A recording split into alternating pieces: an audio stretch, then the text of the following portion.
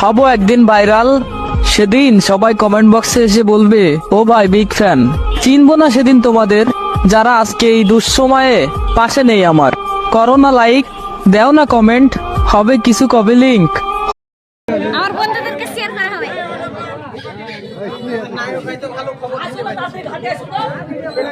নায়িকার বাড়ির কাছে দিব, আমার বাড়ির কাজ করি।